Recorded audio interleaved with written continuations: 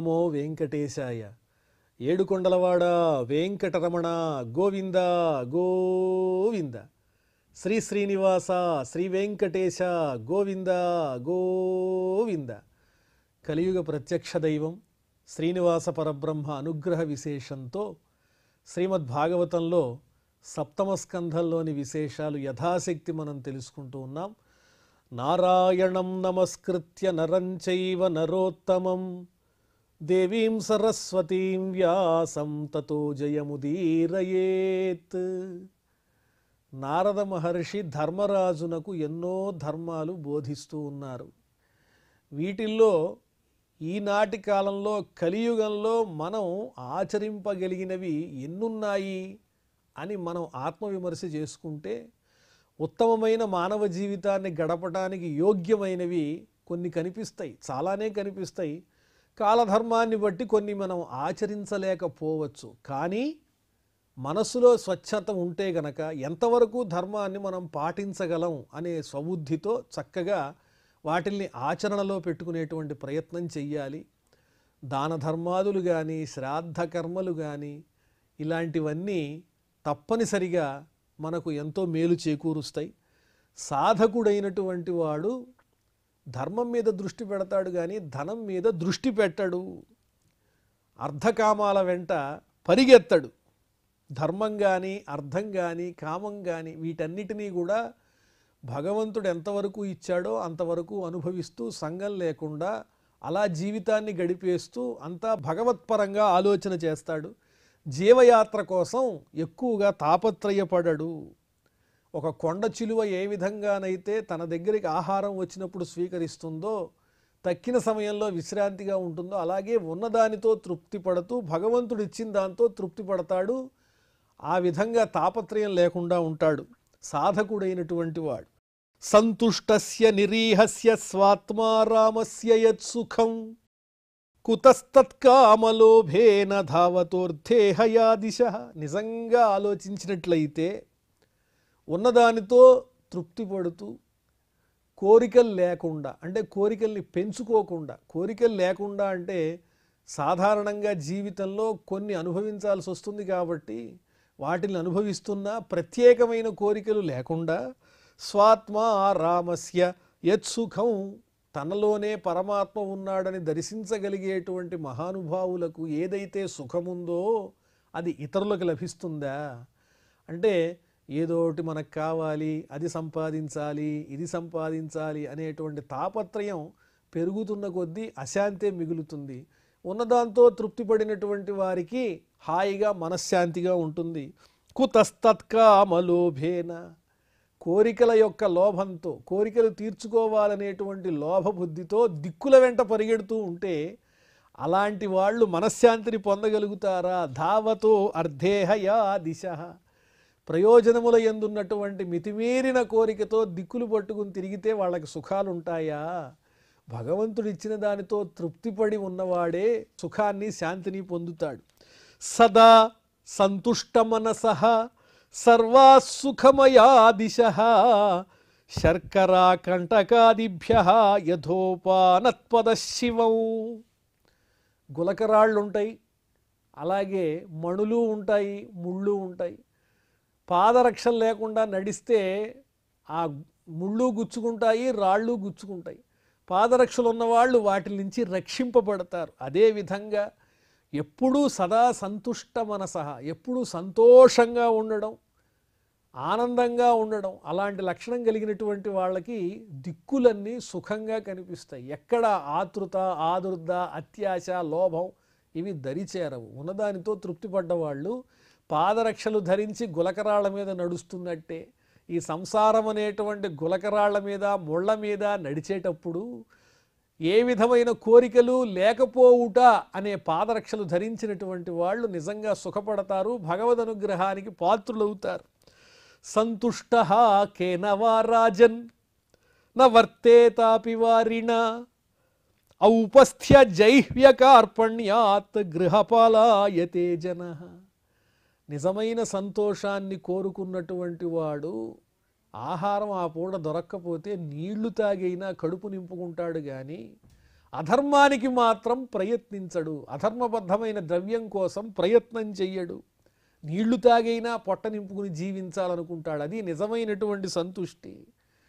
ఇంద్రియ సుఖాల కోసం జిహ్వా చాపల్యంతో అది తినాలి, ఇది తినాలి, అది తాగాలి, ఇది తాగాలి, ఏది పడితే అది మాట్లాడాలి, ఇలా నోటికి పని చెప్పడం, ఇంద్రియాలన్నిటికీ ఏవైతే భోగాలు ఉంటాయో అవన్నీ అనుభవించాలనుకోవటం, ఇలాంటి రకమైన కోరికలతో సతమతం అయ్యేటువంటి వాళ్ళు, అలాంటి జనులు ఎలాంటి వాళ్ళు అంటే గృహపాలాయతే, ఇంటిని కాపలా కాసేటువంటి శునకం లాంటి వాళ్ళు అని చెబుతున్నారు.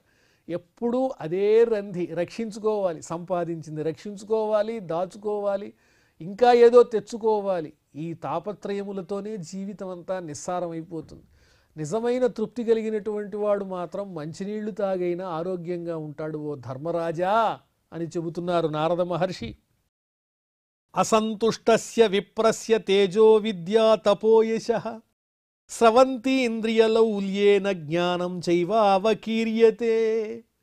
అసంతుష్టో ద్విజో నష్టః అని చెప్పినట్లుగా సంతోషం లేకుండా ఇంకా సాధించాలి, సంపాదించాలి అనే తపనబడి అసలైన పరమాత్మతత్వాన్ని విడిచిపెట్టినటువంటి వాళ్ళ యొక్క తేజస్సు కానీ, విద్య కానీ, తపస్సు కానీ, కీర్తి కానీ ఇవన్నీ జారిపోతాయి, పతనమైపోతాయి, స్రవంతి భ్రష్టమైపోతాయి.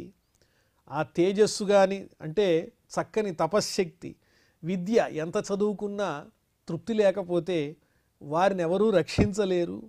ఇంద్రియలౌల్యేన జ్ఞానం చైవ అవకీర్యతే, ఇంద్రియముల యొక్క ప్రభావం చేత భగవద్జ్ఞానం ఏదైతే ఉందనుకుంటామో అది కూడా అవకీర్యతే, తరిగిపోతుంది, నశించిపోతుంది. తద్వారా ఆ జ్ఞాన సంపద పోయి పామరుని వలె తయారవుతారు ఓ ధర్మరాజా. కాబట్టి సాధించటం గొప్ప కాదు, భగవద్జ్ఞానాన్ని సాధించిన దాన్ని నిలబెట్టుకోవటం కూడా అంతే గొప్ప. కామస్యాంతంచ క్షుత్తృడ్భ్యాం క్రోధస్యైతతు ఫలోదయాత్ జనో యాతి నలోభస్య జిత్వా భుక్త్వా దిశో భువః. ఆకలేసింది, ఆకలి అనేటువంటి కోరిక కలిగింది, దాహం అనేటువంటి కోరిక కలిగింది. తృప్తిగా కడుపు నిండా భోజనం చేసినటువంటి వాళ్ళు మళ్ళీ ఒక ముద్ద కూడా ఆహారం స్వీకరించలేరు, చాలు అనుకుంటారు. అంటే ఆ కోరికకి తృప్తి కలిగింది. అలాగే దాహం కూడా, దాహం వేసినంత నీరు తాగిన తర్వాత ఇక చాలు అనుకుంటాం. అంటే కోరికలను, ఆకలి, దప్పిక మొదలైన కోరికలను తీర్చుకోవడానికి ఉపాయం ఉన్నది. తింటే ఆకలి తీరిపోతుంది, తాగితే దప్పిక తీరిపోతుంది. అలాగే క్రోధస్యైతతు ఫలోదయాత్, కోపం వచ్చింది, ఆ కోపం తీరాలంటే దానికి తగిన ప్రతీకారం చెయ్యాలి. ఎవరి మీద కోపం వచ్చిందో వాళ్ళ పట్ల ఏదైనా చూపించిన ప్రతీకారం, లేదా భగవద్జ్ఞానం చేసి తగ్గించుకున్నా ఏదో ఒక మార్గం చేత క్రోధాన్ని కూడా పోగొట్టుకోవచ్చు. కానీ జనో యాతి నలోభస్య, లోభం అనే గుణం ఉంది, అది ఎప్పటికీ జనులు దాటలేకపోతున్నారు. జిత్వా భుక్త్వా దిశో భువః, ఎంతమందిని జయించినా, ఎంత ధనాన్ని సముపార్జించుకున్నా, ఎన్ని దిక్కులకు పరిగెత్తి సాధించినా ఆ లోభం మాత్రం తగ్గదు. ఎంత ఉన్నా ఇంకా కావాలి కావాలి అనే కోరిక తప్ప ఈ భోజనం చేస్తే చాలు అన్నట్లుగా, అలాగే నీళ్లు తాగితే చాలు అన్నట్లుగా తృప్తి మాత్రం కలక్క ఆ లోభంతో పాడైపోతూ నిజమైన జ్ఞానానికి దూరం అవుతున్నారు. అనేక జన్మలు ధరించటం అనేటువంటి ఆ కష్టంలో పడిపోతున్నారు. వాటి నుంచి దాటాలి అంటే తృప్తి అనేది కావాలి. పండిత బహవో రాజన్ బహుజ్ఞాః సంశయచ్ఛిదః సదసస్పతయోప్యేకే అసంతోషాత్ పతంత్యథః. ఓ ధర్మరాజా, లోకంలో పండితులు చాలామంది ఉన్నారు, విద్యావేత్తలు ఉన్నారు, మహానుభావులు ఉన్నారు. అబ్బో, వీళ్ళకన్నా జ్ఞానులు లేరు అనిపించుకునేటువంటి వాళ్ళు ఎంతోమంది ఉన్నారు. బహుజ్ఞాః, ధర్మాలన్నీ తెలిసిన వాళ్ళు ఉన్నారు, శాస్త్రాలు తెలిసిన వాళ్ళు ఉన్నారు. సంశయచ్ఛిదః, ఏ సందేహాన్నైనా సరే వాళ్ళని అడిగితే వెంటనే తీర్చేయగలిగినటువంటి సామర్థ్యం ఉన్నవాళ్ళు ఉన్నారు. సదసస్పతయః, సభాపతులు ఉన్నారు, సభలు నిర్వహించే మహాపండితులు ఉన్నారు. కానీ వాళ్ళందరూ అసంతోషాత్ అథః పతంతి, సంతుష్టి లేకపోవటం వల్ల జారిపోతున్నారు. ఇక చాలు, ఉన్నది చాలు అనేటువంటి తృప్తి లేకపోవటం వల్ల, ఎంత ఉన్నా ఇంకా కావాలనేటువంటి కోరికని జయించలేకపోవటం వల్ల అథః పతంతి, కిందకి పడిపోతున్నారు, పరమాత్మను చేరుకోలేకపోతున్నారు. ధర్మరాజా, ఎంత సాధించినా, ఎన్ని జయించినా, ఎన్ని చోట్ల సంచరించినా కావలసింది ఏమిటి అంటే తృప్తి కావాలి. ఆ తృప్తి లేనటువంటి వాళ్ళకి ఎట్టి పరిస్థితుల్లోనూ భగవంతుని అనుగ్రహం అనేది లభించదు, వాళ్ళు జారిపోతూనే ఉంటారు. అసంకల్పాత్ జయేత్ కామం క్రోధం కామ వివర్జనాత్ అర్ధానర్ధే క్షయా లోభం భయం తత్వావమర్శనాత్. అసంకల్పాత్ జయేత్ కామం, కోరికల్ని ఎలా జయించాలి అంటే అసంకల్పాత్, అసలు సంకల్పమే చెయ్యొద్దు. ఇది కావాలి అది కావాలనేటువంటి సంకల్పమే చెయ్యకుండా కోరికల్ని జయించవచ్చు. క్రోధం కామ వివర్జనాత్, కోరికలు లేకపోతే గనక క్రోధమే లేదు. క్రోధం పోవాలి అంటే కామములను విడిచిపెట్టాలి. కామ వివర్జనాత్ క్రోధం. అలాగే అర్ధానర్ధేక్షయా లోభం, ఈ అర్థం సంపద అనేదే పెద్ద అనర్థం అనే భావనకు వచ్చేస్తే అర్థ అనర్థ అంటే సంపద అనేదే మన్ని సర్వనాశనానికి దారి తీస్తుంది అనే భావన వచ్చినట్లయితే లోభం అనేటువంటి ఆ దుర్గుణం అనేది పోతుంది. ధనాన్ని ధనంలా చూడటం, సంపదని సంపద కాదనుకునేటువంటి భావాన్ని పెంచుకుంటే ఈ లోభగుణం అనేటువంటి దుర్గుణం అనేది పోతుంది. భయం తత్వావమర్శనాత్, భయాన్ని ఎలా పోగొట్టుకోవచ్చు అంటే నిజమైన తత్వాన్ని విమర్శించి చూడడం ద్వారా. నిజమైన తత్వం అంటే ఏమిటి? ద్వితీయాద్వై భయం భవతి, భగవంతుడు తప్ప వేరొకటి లేదు అనుకున్నప్పుడు అభయమే. భగవంతుడు కాకుండా ఇంకా ఎన్నో మనకు కనిపిస్తున్నాయి, రకరకాలుగా ఉంది అంటే ప్రతిదాని వల్ల భయమే. కాబట్టి భగవంతుడే ఒక్కడే అంతటా ఉన్నాడు అనే ఆలోచన ఏదైతే ఉందో అది భయాన్ని పోగొడుతుంది. ఆ తత్వాన్ని విమర్శించుకోవటం ద్వారా భయాన్ని కూడా పోగొట్టుకోవచ్చు. ఆన్వీక్షిక్యా శోకమోహౌ దంభం మహదుపాసయ యోగాంతరాయాన్ మౌనేన హింసాం కాయాద్యనీహయ. ఆన్వీక్షిక్యా శోకమోహం, శోకము మోహము తీవ్రమైన దుఃఖం, అలాగే మోహం వ్యామోహం, ఇవి వేటి ద్వారా పోగొట్టుకోవచ్చు? ఆన్వీక్షిక్య ఆధ్యాత్మికమైనటువంటి చర్చల ద్వారా, ఆత్మ అనాత్మ సంబంధమైనటువంటి విషయాలను బాగా పరిశీలించడం ద్వారా, భగవత్తత్వాన్ని విమర్శించుకోవటం ద్వారా పోగొట్టుకోవచ్చు శోకమోహములను. అలాగే దంభం అంటే అహంకారం, ఏదో నేనే చేస్తున్నాను చూడండి అని చూపించుకునేటువంటి ఒక లక్షణం ఏదైతే ఉంటుందో అలాంటి అతి ప్రవర్తన పోవాలంటే మహదుపాసయ, మహాత్ములైన వాళ్ళని సేవిస్తే ఈ దంభం కాస్త పోతుంది. మహాత్ములైన వాళ్ళు ఎప్పుడూ కూడా నిరాడంబరంగా ఉంటారు. అలాంటి వాళ్ళ దగ్గరికి వెళ్ళి వాళ్ళని సేవిస్తూ ఉంటే వీళ్ళల్లో ఉన్నటువంటి దంభం అనేటువంటి దుర్గుణం పోతుంది. యోగా అంతరాయాన్ మౌనేన, ఏదైనా సంకల్పంతో యోగాన్ని ఆరంభించి చేస్తూ ఉంటే ఎన్నో అంతరాయాలు వస్తూ ఉంటాయి. ఆ అంతరాయాల్ని పోగొట్టుకోవాలంటే వాటిని దేంతో జయించాలి? మౌనేన, సాధన చేసేటప్పుడు వచ్చేటువంటి అడ్డంకులు ఏవైతే ఉంటాయో ఆ అడ్డంకుల్ని మౌనంతోనే జయించాలి అని చెబుతున్నారు. హింసాం కాయాద్యనీహయ, ఇంద్రియాల సంబంధమైనటువంటి కోరికల్ని విడిచిపెట్టడం ద్వారా, దేహాభిమానాన్ని విడిచిపెట్టడం ద్వారా హింసని కూడా వదిలేయచ్చు. హింస ఎప్పుడు చేస్తామంటే మన ఇంద్రియాల తృప్తి కోసం, మన దేహాల యొక్క సుఖం కోసం ఎవరినన్నా హింసించి మనం సుఖపడాలనుకుంటాం. ఈ దేహాభిమానం గనక లేకపోయినట్లయితే, ఇంద్రియాల మీద అధికమైన వ్యామోహం లేనట్లయితే ఇంకా హింస చేసేటువంటి ఆలోచనే రాదు కదా. కృపయా భూతజం దుఃఖం దైవం జహ్యాత్ సమాధిన ఆత్మజం యోగవీర్యేణ నిద్రాం సత్వనిషేవయా. ప్రాణుల వల్ల, ఇతర ప్రాణుల వల్ల మనకు కలిగేటువంటి ఆ దుఃఖాన్ని ఎలా పోగొట్టుకోవాలంటే కృపయ, దయాభావంతోనే. ఏదో అపకారం కలిగింది కదా అని ఆ ప్రాణులన్నింటినీ హింసించేటువంటి ఆలోచన మానేసి మనం గనక దయగా ఉన్నట్లయితే అక్కడితో ఆ దుఃఖం అనేది పోతుంది. ఏదో తెలియక చేశారు పాపం అని అంతటితో అది విడిచిపెట్టేయాలి.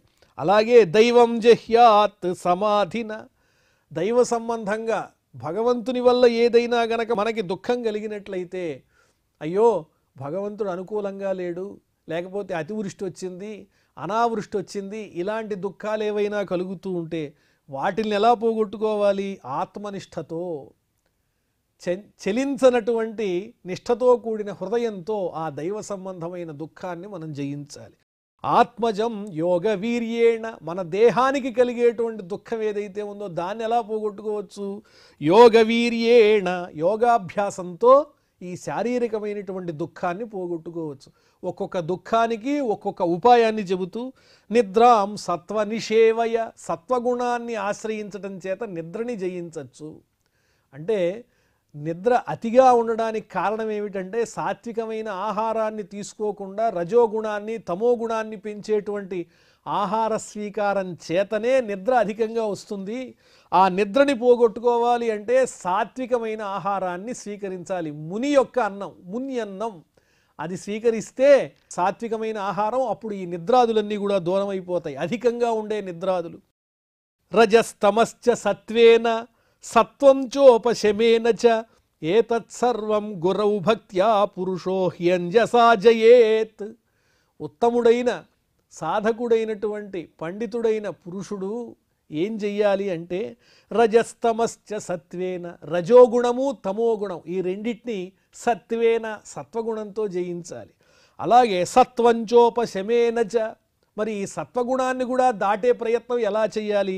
ఉపశమేన, కోరికలతో చేయబడే పనులేవైతే ఉంటాయో అవి చేయడం మానేయాలి. కామ్యకర్మలను విడిచిపెట్టడం ద్వారా ఈ సత్వాన్ని కూడా దాటవచ్చు. మరి ఈ సమస్యలన్నీ కాదండి, అసలు ఇలాంటి భావాలేవి లేకుండా ఉండాలంటే ఎలాగా అంటే ఏతత్సర్వం గురౌ భక్త్యా, గురువు యందు గనక గురి ఉన్నట్లయితే ఆ గురి చేత సమస్తమైనటువంటి ఈ సమస్యలన్నింటినీ, ఇబ్బందులన్నింటినీ చక్కగా పోగొట్టుకోవచ్చు, తేలికగా పోగొట్టుకోవచ్చు.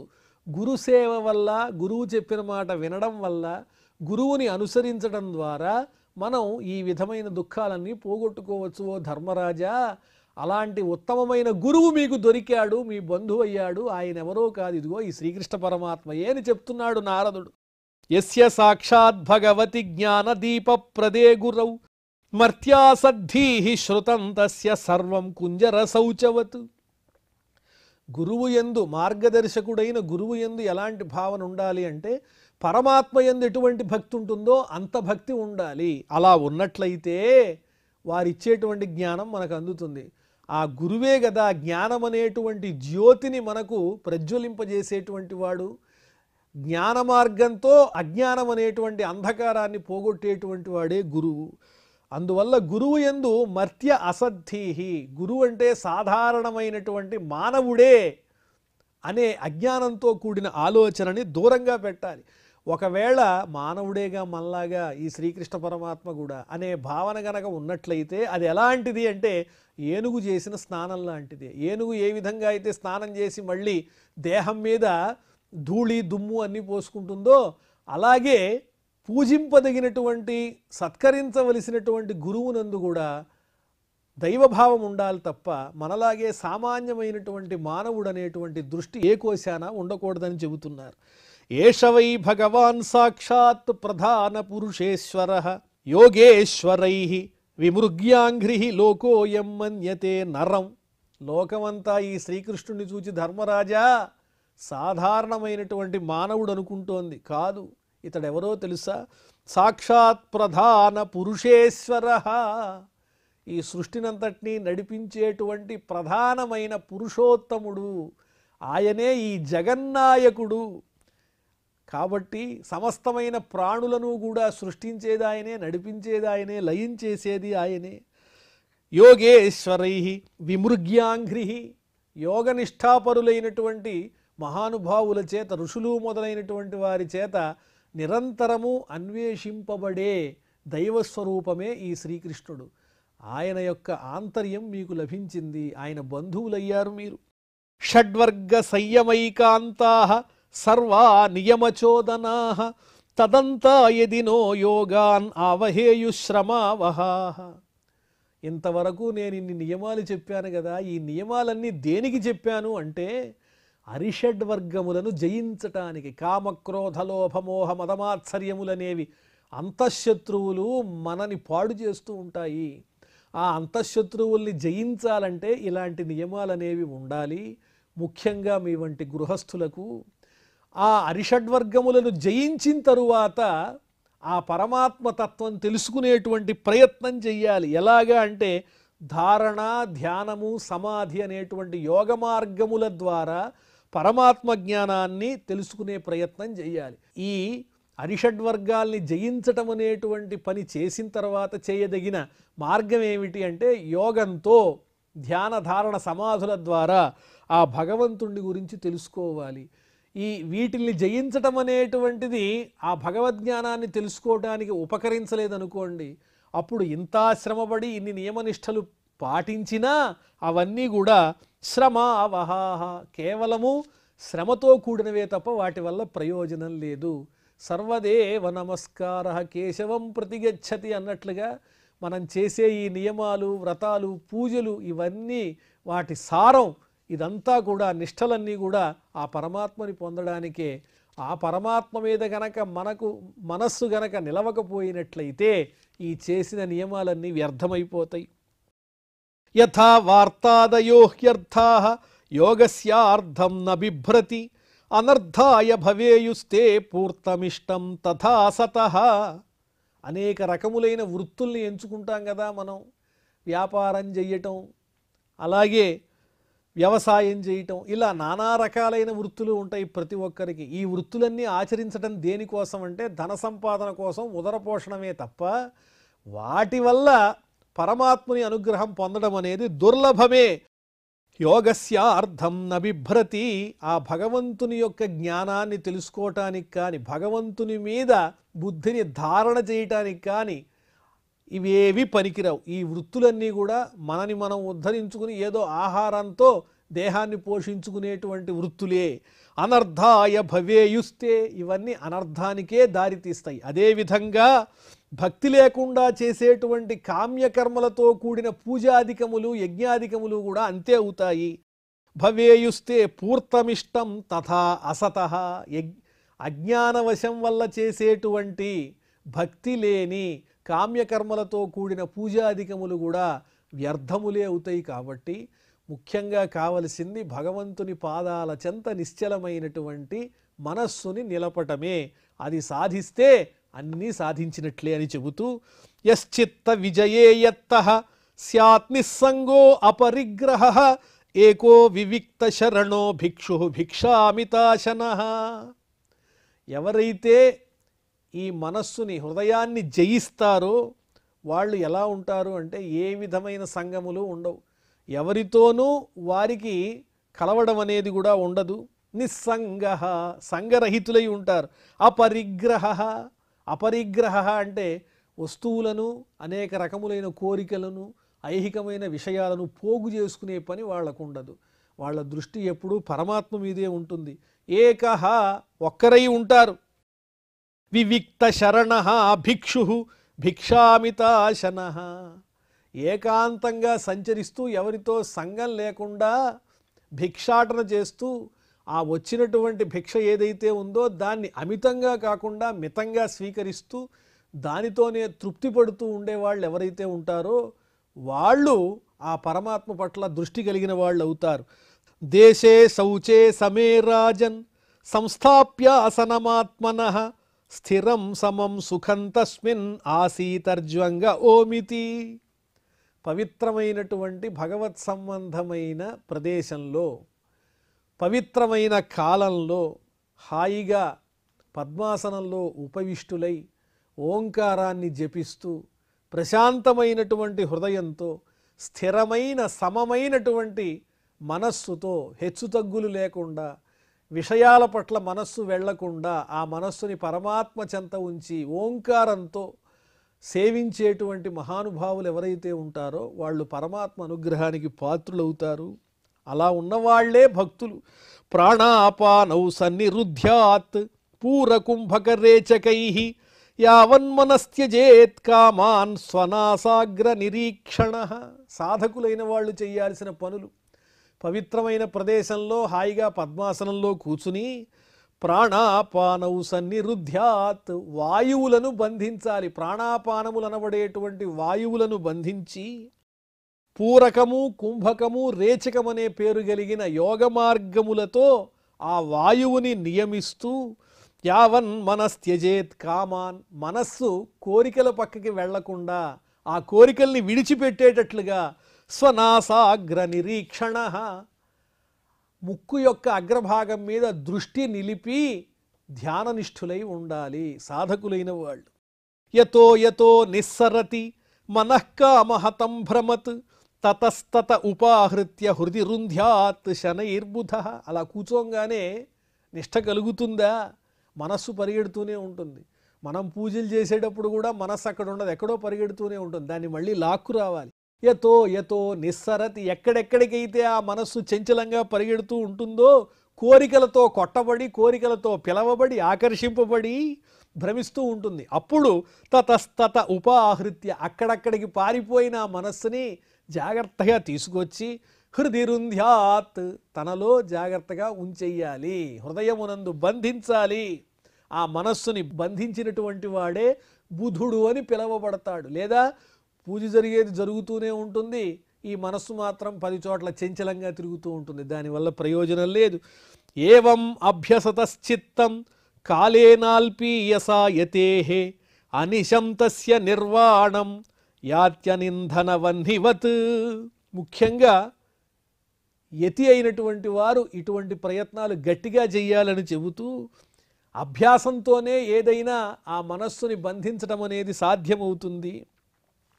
కాలేనాల్పీయసాయతే, అనిశం, ఎల్లప్పుడూ కూడా అదే దృష్టితో మనస్సుని గనక నియంత్రించినట్లయితే యతి అయినటువంటి వాళ్ళు ఆ కోరికల నుంచి మనస్సు బంధింపబడుతుంది. అల్పకాలంలోనే తప్పనిసరిగా ఇంధనం వేస్తున్న కొద్దీ అగ్ని ప్రజ్వలిస్తుంది.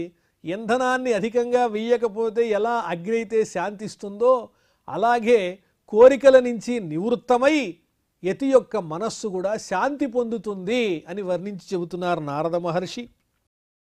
కామాదిభిరనావిద్ధం ప్రశాంత అఖిల వృత్తియతు చిత్తం బ్రహ్మ సుఖస్పృష్టం నైవోత్తిష్ఠేత కర్హిచిత్.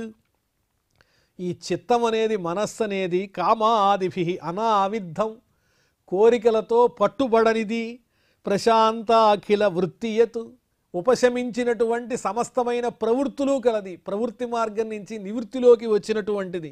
అలాంటి చిత్తం, హృదయము బ్రహ్మ సుఖస్పృష్టం, ఆ పరబ్రహ్మను మాత్రమే స్పృశిస్తూ తలుచుకుంటూ ఉండేటువంటి చిత్తం ఏదైతే ఉందో అది నైవోత్తిష్ఠేత, ఇక ఎప్పటికీ కోరికల వైపుకి వెళ్లకుండా ఉండిపోతుంది.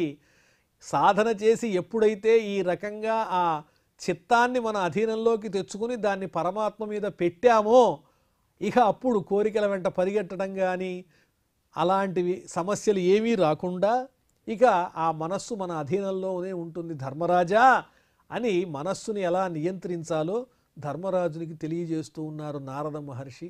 ఎన్నో గొప్ప విశేషాలు ఇలా చెబుతూనే ఉన్నారు. ఇంకా విశేషాలు మళ్ళీ మనం తెలుసుకుందాం. ఇప్పుడు క్షమాప్రార్థనాదులు పలుకుదాం. అథ క్షమా ప్రార్థన. యదక్షరపదభ్రష్టం మాత్రాహీనంచ యద్భవేత్ తత్సర్వం క్షమ్యతాం దేవ నారాయణ నమోస్తుతే. శ్రియఃకాంతాయ కళ్యాణ నిధయే నిధయేర్థినాం శ్రీవేంకట నివాసాయ శ్రీనివాసాయ మంగళం.